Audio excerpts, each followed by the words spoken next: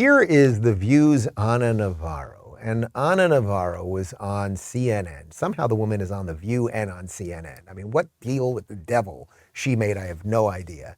But she basically wants to kill a couple of her autistic family members.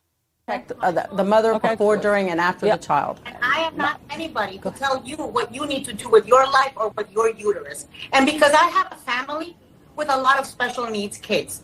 I have a brother who's 57 and has the mental and motor skills of a 1-year-old. And I know what that means financially, emotionally, physically for a family. And I know not all families can do it. And I have a step-granddaughter who was born with Down syndrome. And you know what? It is very difficult in Florida to get services. It is not as easy as it sounds on paper. And I've got another step-grandson who is very autistic, who has autism, and it is incredible. And their mothers and people who are in that society, who are in that community, will tell you that they considered suicide because that's how difficult it is to get help, because that's how lonely they feel, because they can't get other jobs, because they have financial issues, because the care that they're able to give their other children suffers. And so why can I be Catholic and still think this is a wrong decision?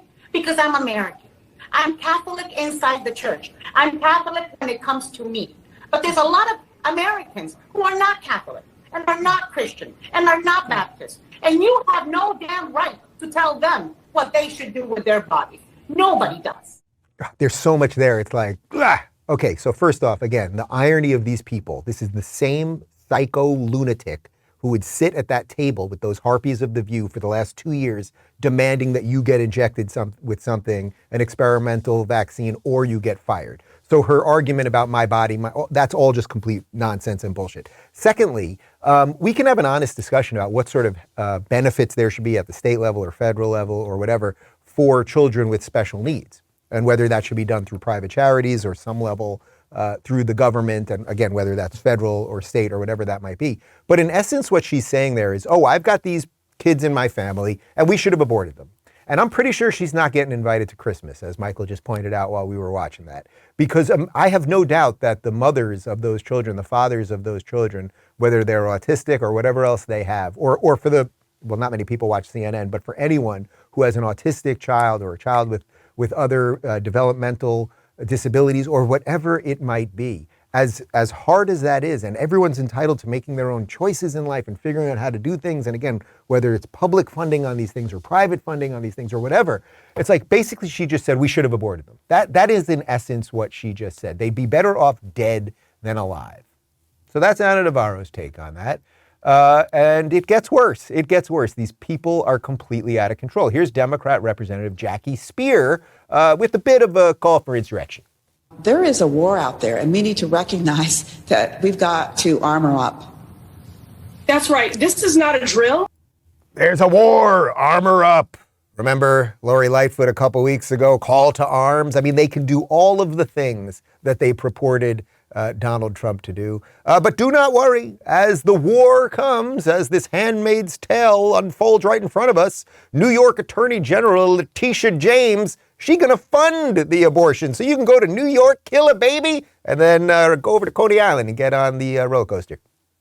We've established a fund in the state of New York to pay for individuals traveling to New York to seek abortions, for lodging, for daycare. This is a state that respects the right of women to choose. Guess what?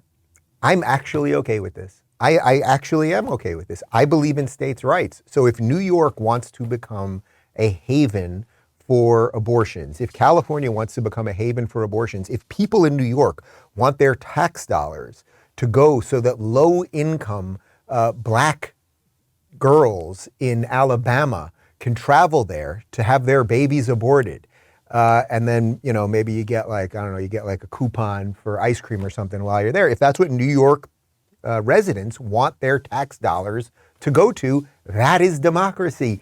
And it's messy. That's how it works. So, okay, you have to decide if you live in New York and you are governed by these people, if that's something you're okay with your dollars paying for. But that is federalism. So federalism, sometimes they're going to do things in states that maybe you're not that thrilled with. As I've said a couple times, I suspect after New York and California become these abortion havens and they keep busing in truckloads of usually low-income black and brown girls to have abortions, I'm guessing the optics of it after about 6 months are going to look pretty bad when the numbers start coming in and people realize, boy, they've aborted something like 10x the amount of black babies as white babies. Then they're going to have a real problem on their hands.